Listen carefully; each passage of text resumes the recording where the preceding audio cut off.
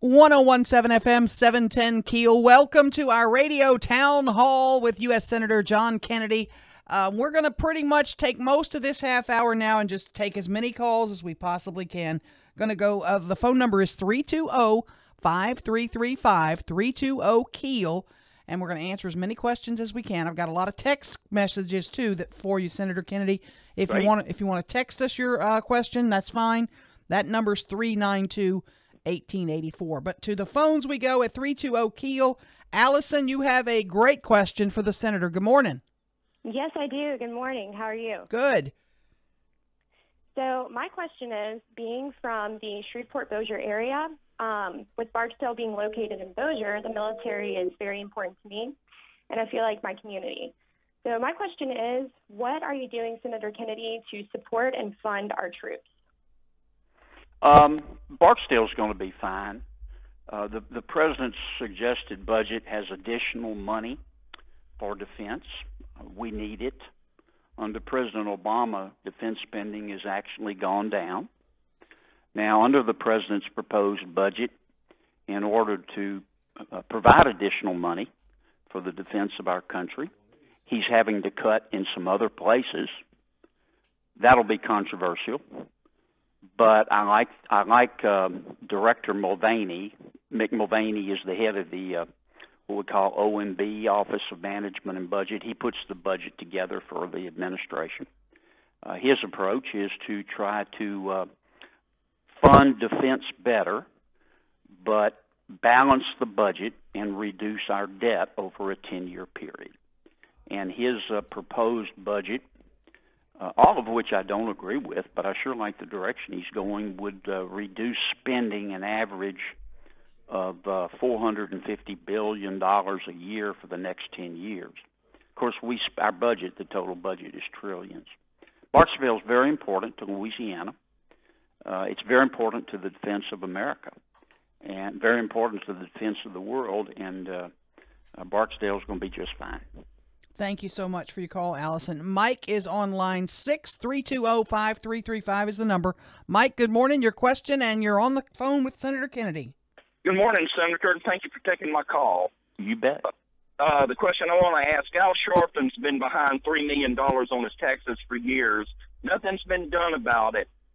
Is there anything you can do as a senator to get this guy to pay up or else go to jail like the rest of us would have to do? You know, everybody ought to pay their taxes. They shouldn't pay a penny more than they have to, but they ought to pay their taxes in the right amount and on time. I can't and won't ever call the IRS and talk about a particular individual, but if you know of folks who are not paying their taxes, it's okay to talk about that publicly in a general sense. I don't believe a senator ought to pick up the phone and call the IRS, and I wouldn't do it and say, so-and-so, check him out as he paid his taxes. I just don't think that's right I don't feel comfortable doing it. But having said that, if Reverend Sharpton, who has been very vocal in his criticism of our country, is not paying his taxes in the right amount and on time, he ought to either pay them, or find another country. Senator, that's very appropriate. Mike, thanks for your call. Text line number this morning, 392-1884. Good question here, Senator. My question for Senator Kennedy would be, what is his number one priority or issue he wants to correct, and does that priority or issue line up with the other Republican senators?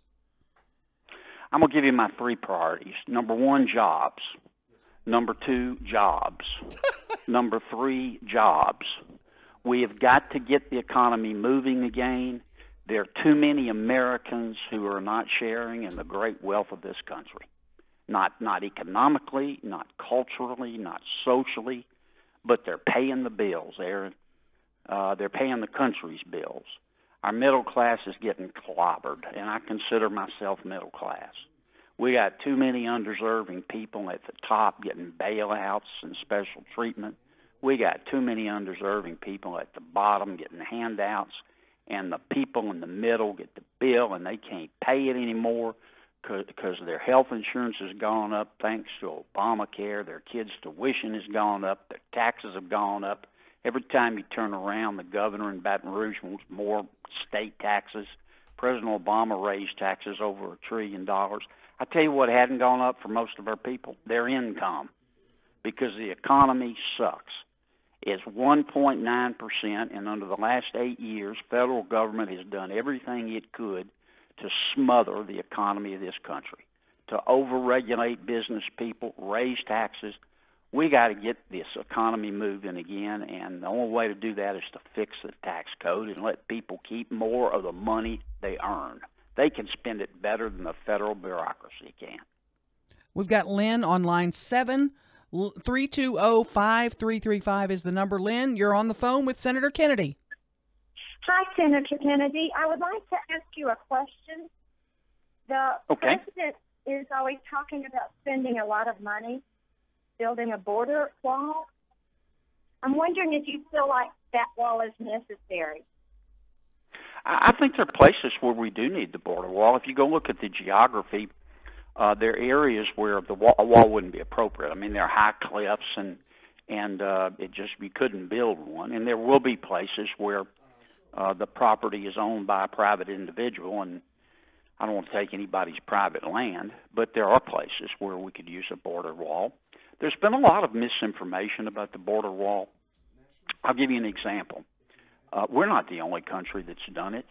Saudi Arabia has a 1,100-mile border wall with Yemen. Saudi Arabia is building a 600-mile border wall with Iraq. Israel built a 400-mile border wall with the West Bank. A bunch of countries are building border walls.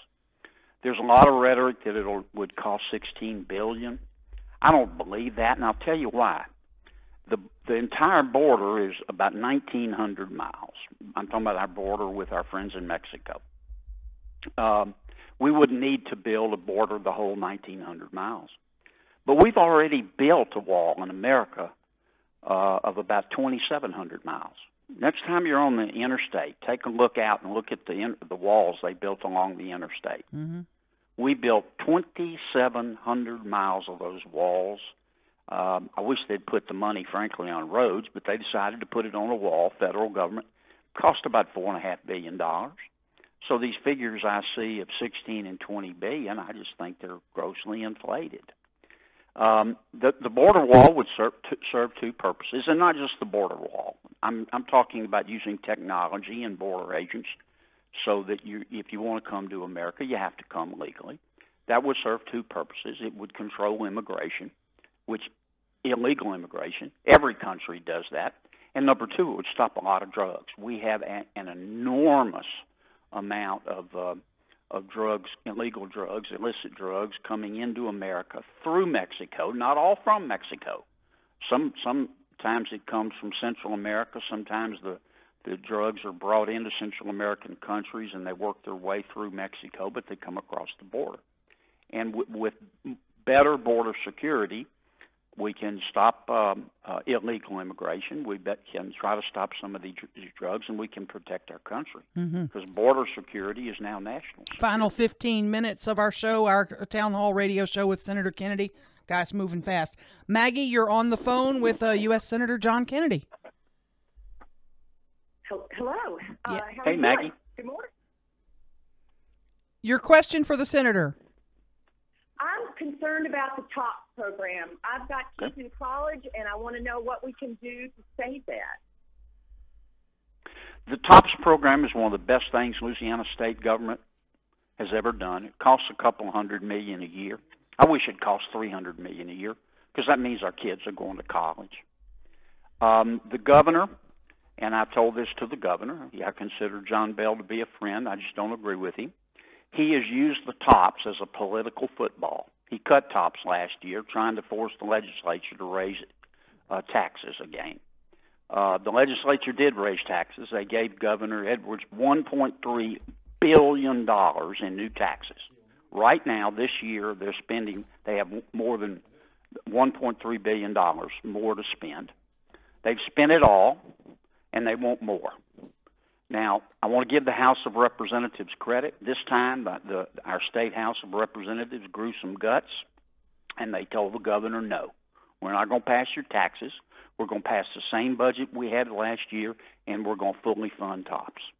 And I hope the Senate doesn't cave in, because you cannot tax, spend, and regulate our state into prosperity. And the future of our state is education. It's not the price of oil, though that's important. It's not the unemployment rate. It's not who the governor is. It's education. And TOPS encourages kids to go to school in a global, knowledge-based economy. Best thing we've ever done. Cindy, you're now on the phone with U.S. Senator John Kennedy. 320-5335 is the number. Cindy, say hello to Senator Kennedy. Hi, Senator Kennedy. Hey, Cindy. I have a question for you this morning. Shoot. Recently, there's been legislation passed in the last year or so in which juvenile court systems are going to have to supervise and have jurisdiction over 17-year-olds. Yet our budgets are constantly being cut, be it the Office of Juvenile Justice or statewide. I'd like to know what your feelings are about that. We're already understaffed and underfunded, and now we're going to have to deal with 17-year-olds. Well, our juvenile courts are funded by the state, as you know, by the state legislature, and usually the state legislature follows the lead of our governor, whoever the governor is. Governor Edwards has decided to spend most of the state's money on Medicaid, and that's the reason that we don't have more money for our universities and for our juvenile courts and for our roads and for public safety and for our public schools. In 2008, we were spending about, 23-24% of our budget on Medicaid. Today, we're spending well over 40%. And that's not all federal money. The amount the state has to put up goes up about 9% a year. That's one of the reasons that I want to require able-bodied people who are receiving free medical care to work for a living so they can get a job and maybe they won't need Medicaid. Thank you for the call. That's a decision, Cindy, is a priority. A decision's been made by the governor, and the legislature went right along. Thank you, Cindy. Text on the text line, fix the tax code, fair tax, flat tax. What can we do? First thing we need to do is reduce taxes on people, especially the middle class. I would like to see the standard deduction raised. Reduce taxes on businesswomen and businessmen. The biggest problem we have with the economy, there's a lot of capital out there, but business people are not spending it on new plants, new machinery, new equipment, new software, new technology. Until they do that, we're not going to create more jobs, and productivity, which causes wages to go up, is going to continue to be flat. Our economy is growing about 1.9% a year. That's our gross domestic product as a country. That's thanks to the Obama administration. Before 2008, the average growth rate for the American economy for 30 years was 3.1%. The last President Obama's administration, I don't mean any disrespect, these are the facts. He just decided that he was going to raise taxes and implement regulations, and it choked business almost to death. And until we unleash the free enterprise system, and we can do it when we should do it, hopefully we'll do it when we take on tax reform here in a few minutes, we can get this economy moving. It's about 3% a year, and that's going to make things a whole lot better. And as we do it, as business people make more money and as employees' wages rise, they pay more in taxes, and so it's a win-win. Stephen, you're on the phone with U.S. Senator John Kennedy. 320-5335 is our number for our final 10 minutes. Stephen, your question of the senator. Yes, Senator. My question's about food stamps. Who the biggest people who benefit from it are the retail stores and agriculture. Mm-hmm. Here's my question. How are you going to verify 20 hours of work of poor working families when a lot of them work for themselves as painters and electricians or whatever, or cleaning houses? How are you going to verify 20 hours of work? We're doing it now. We have a work requirement for food stamps. Now Governor Edwards waived it. Governors can waive the requirement, and Governor Edwards chose to do it. But many states say that if you're able-bodied and you're receiving food stamps, you have to work or go back to school or do community service. We have a work requirement for welfare.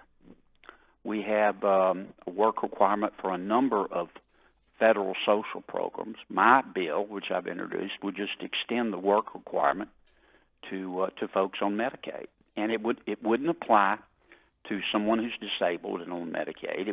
I'm not asking grandpa in the nursing home to leave the nursing home and work. If you're over 55, it wouldn't apply to you. If you're a mother with a baby in her arms, it wouldn't apply to you. You just got to be 18 to 55, not disabled, and don't have dependents. And I promise you, there's a direct correlation between getting up in the morning and getting ahead in the world. Thank you so much for your call, Stephen. 320-5335 is our number. The budget, we've got to talk about it. Sure. The governor issued a statement saying the president's first budget, quote, unfortunately turns a blind eye to the needs of the state of Louisiana and will harm thousands of people in the working poor. The budget, some have said it's going to be an uphill fight. I know there's parts of it you probably like, parts of it you don't. Can you hone in on some issues that are going to impact our state that concern you? Sure. I've known Governor Edwards a long time. I like him. I consider him a friend. We just have a different philosophy of government. I believe in more freedom. Governor Edwards believes in more free stuff. You can't give him enough government money, and it comes out of people's pockets. And I just happen to believe that people can spend the money they earn better than state government or federal government. There are parts of the president's proposed budget I don't agree with. One is the GO-MESA, the Gulf of Mexico Energy Security Act, where we as a state and other states on the Gulf Coast get additional federal oil royalties from offshore drilling to restore our coast and wetlands. That part of the president's proposed budget, where he would cut or eliminate that, is not going to pass. I can tell you. I've talked to many of my Senate colleagues enough to know that it'll never pass the Senate. So all this hysteria is just manufactured by the media. I will tell you, though, I like the direction that he's going. He is proposing to, over a 10-year period, balance the budget and reduce federal debt. And there is a lot of waste. We've got. Let me give you an example, Aaron. We have a program called the Earned Income Tax Credit Program. Many people know about it. Sure. I support it. It encourages work. We spend $60 billion a year on the Earned Income Tax Credit Program. The federal government's in charge of sending the checks out. They spend 24% of that $60 billion. They send the money to the wrong person. $15 billion a year, the federal government, they throw it in the dirt. Now that's waste. That's just, and some of it's fraud. And that's just one program out of thousands. No reasonable person in the Milky Way believes that the federal government's budget doesn't contain hundreds and hundreds of billions of dollars of waste. We've got a gentleman who wants to know about retirement and retirement benefits. He didn't want to go on the air, though. It's okay. All right. You want to discuss that a little bit about, I guess Social Security is something people want to hear about. I think that you ought to get the Social Security benefits you pay for. I think you ought to get the Medicare benefits you paid for. I think if you're eligible for Medicaid, you should get Medicaid within reason. I mean, we can't spend, as some would like us to do, we can't use the Medicaid program to give everybody in America free health care. We could do it if you want to pay 40% more of your income in taxes. Medicaid should be reserved for the poor, really poor, the elderly who don't get Medicare for whatever reason, children, and the disabled. But it shouldn't be spent on people who are able to work but simply choose not to. I want everyone to know the dignity of work. All these social programs were meant to be bridges. In too many instances, they've become parking lots, and we can't afford it anymore unless everybody wants to pay more in taxes, and I don't.